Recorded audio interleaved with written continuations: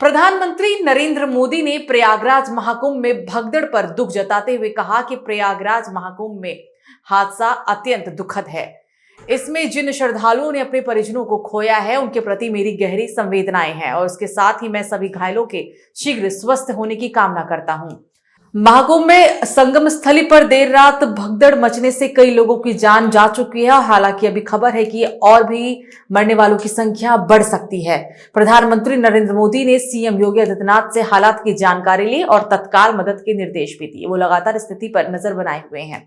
स्थानीय प्रशासन पीड़ितों की हर संभव मदद में जुटा हुआ है। इस सिलसिले में मैंने मुख्यमंत्री योगी जी से बात की और मैं लगातार राज्य सरकार के संपर्क में हूं, ये कहा है प्रधानमंत्री नरेंद्र मोदी ने। इसके बाद केंद्रीय गृह मंत्री अमित शाह ने सीएम योगी से बात कर हालात का जायजा लिया। उन्होंने केंद्र से हर संभव मदद का आश्वासन दिया। बीजेपी अध्यक्ष जेपी नड्डा ने भी सीएम योगी से फोन पर बात की और केंद्र सरकार की ओर से सभी स्वास्थ्य सेवाओं की मदद का आश्वासन दिया। योगी आदित्यनाथ ने कहा कि नड्डा को उन्होंने बताया है कि प्रशासन ने हालात पर काबू कर लिया है। वहीं अब अखाड़ों का अमृत स्नान बसंत पंचमी को होगा। दरअसल मिला प्रशासन ने अखाड़ा परिषद के अध्यक्ष रविंद्र पुरी से फिलहाल अखाड़ों के अमृत स्नान को रोकने की अपील की थी, जिसके बाद अमृत स्नान को रद्द कर दिया गया था। तो यूपी के बदायूं में अटल जन्म शताब्दी को लेकर केंद्रीय राज्य मंत्री बीएल वर्मा ने प्रेस वार्ता की और इस दौरान कई बीजेपी नेता विधायक मौजूद रहे। उन्होंने पूर्व प्रधानमंत्री स्वर्गीय अटल बिहारी वाजपेयी सरकार की अनेकों उपलब्धियों को भी बताया। उन्होंने कहा कि पूरा देश स्वर्गीय अटल जी के जन्म दिवस को सुशासन के रूप में मनाता है। बीएल वर्मा ने मीडिया से बातचीत करते हुए कहा कि अटल बिहारी वाजपेयी जी की यादों को लेकर हम हर घर जाएंगे और बीजेपी के बट वृक्ष थे। उनकी कार्यशैली से विपक्षी लोग भी उनके मुरीद रहते थे। उनका काव्य पाठ लोगों को नई ऊर्जा देता है। परमाणु परीक्षण भी अटल जी की ही देन है।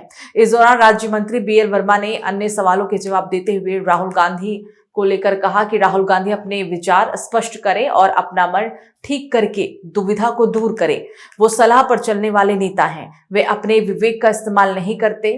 उन्हें जो लिख कर दे दिया जाता है वो करते हैं। राहुल गांधी के लिए आस्था का कोई नाम नहीं है। जब चुनाव आते हैं तो ये मंदिर जाने का भी दिखावा करते हैं। जन्म शताब्दी वर्ष 25 दिसंबर से प्रारंभ हुई है। ये जन्म शताब्दी वर्ष पूरे वर्ष चलने वाली है, लेकिन क्योंकि हम जानते हैं कि अटल जी का जन्मदिन भारतीय जनता पार्टी कार्यकर्ता बूथ स्तर पर सुशासन दिवस के रूप में मनाते हैं। भाजपा के 6 कार्यक्रम इस प्रकार के हैं जो बूथ स्तर तक मनाए जाते हैं। उन्हीं में से एक महत्वपूर्ण कार्यक्रम 25 दिसंबर को अटल जी के सुशासन के दिवस में उनकी जन्म जयंती मनाने का कार्यक्रम होता है।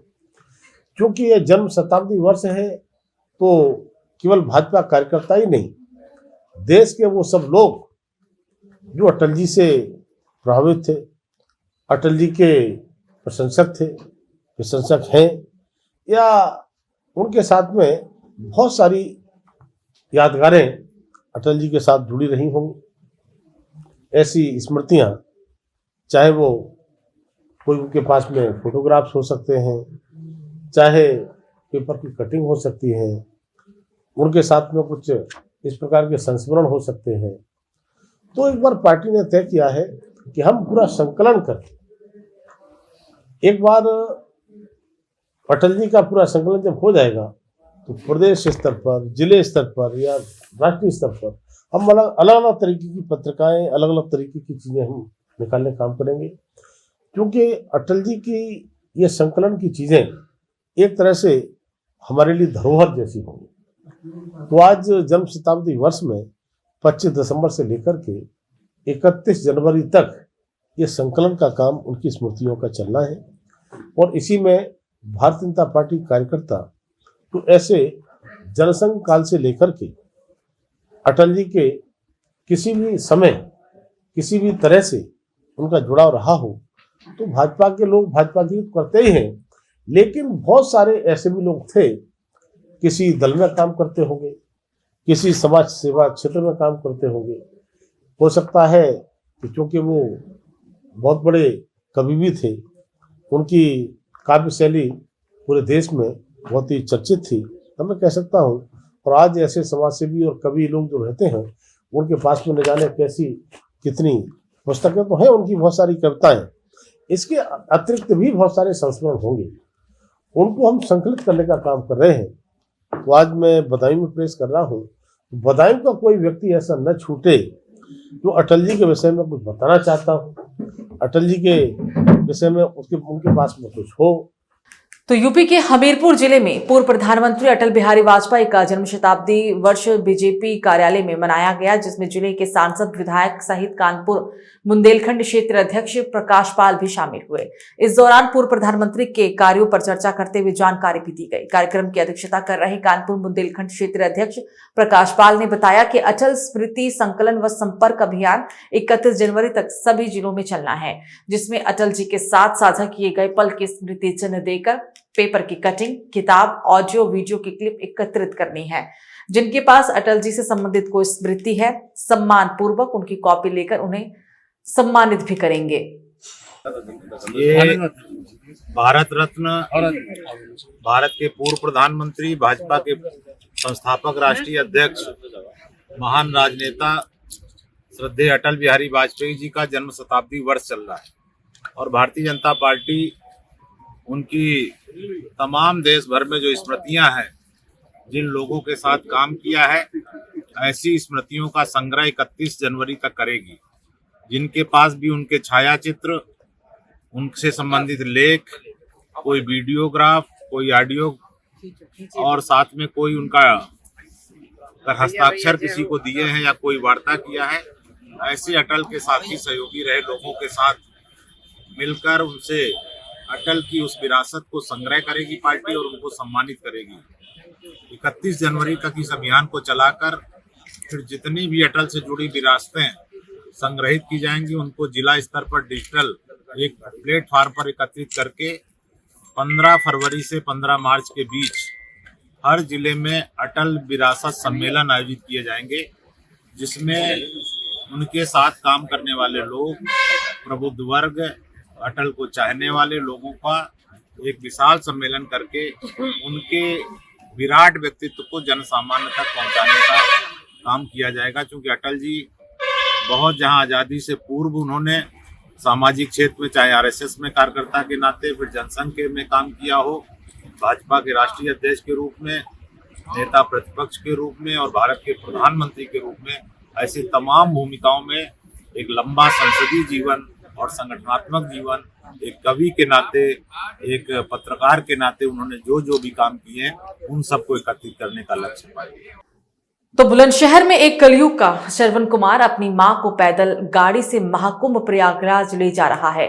65 साल के चौधरी सुदेश पाल सिंह मालिक अपनी 92 साल की माता जी को अपने हाथ से बनाई हुई पैदल गाड़ी में सवार कर खुद खींचते हुए मुजफ्फरनगर से चलकर प्रयागराज आ रही हैं और वहां अपनी मां को श्रद्धा की डुबकी लगाएंगे। सुदेश पाल सिंह ने बताया कि उनकी ये यात्रा 13 दिन में पूरी होगी, जबकि 25 साल पहले चौधरी सुदेश पाल सिंह के पैर के घुटने खराब हो गए थे, जिसके बाद वो अपनी माता की सेवा किया करते थे और उन्होंने उन्हें आशीर्वाद भी दिया, जिसके बाद उनके पैर के घुटने ठीक हो गए। सुदेश पाल ने कहा कि डॉक्टरों ने उनके घुटने को लाइलाज घोषित कर दिया था, लेकिन उनकी मां के चरणों में सेवा कर आशीर्वाद लिया और इसके बाद वो अपने पैरों पर चल सकी। और इससे पहले भी सुदेश अपनी मां को हरिद्वार से अपने कंधों पर गंगाजल लेकर मुजफ्फरनगर पहुंच चुके हैं। तो बुलंदशहर में सिविलियन उच्च प्राथमिक विद्यालय की छात्राओं ने प्रधानाचार्य पर अश्लील वीडियो दिखाकर छेड़छाड़ करने का गंभीर आरोप लगाया। यह आरोप कक्षा 8 में पढ़ने वाली छात्राओं ने लगाया है। उनका कहना है कि प्रधानाचार्य अश्लील वीडियो दिखाकर हमारे साथ छेड़छाड़ किया करता था। परिजनों ने ग्रामीणों के साथ विद्यालय में पहुंचकर हंगामा किया। ग्रामीण और परिजनों ने प्रधानाचार्य पर कार्रवाई की मांग भी की। हंगामे की सूचना पर पहुंची खानपुर पुलिस मामले की जांच पड़ताल कर रही है।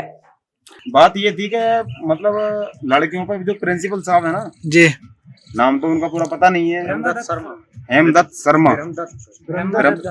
शर्मा, वो जंगराबाद के रहने वाले हैं और थोड़ा गलत व्यवहार करते हैं लड़कियों के साथ में। पहले लड़कियों ने बताया था, लेकिन जो परिजन है किसी ने साथ नहीं दिया और कोई बोल नहीं पाया जी। और मैं इस गांव का फौजी हूँ और मेरी कुछ ही मान लो मेरी सिस्टर है, तो मैं ये मान के बोलना चाहता हूँ। क्या आपने पुलिस कंप्लेंट वगैरह की? पहले नहीं की, लेकिन अभी करना चाहता हूँ और अभी करी भी है। ठीक है, पुलिस को बुलाया था? पुलिस को बुलाया था, लेकिन पुलिस का थोड़ा किसी दूसरे से, मतलब दूसरे अपोजिट पार्टी से, जो वो क्या ब्रह्मदत्त जी, उनसे बात करने के बाद में वो थोड़ा गलत बोल रहे हैं मेरे को। अच्छा।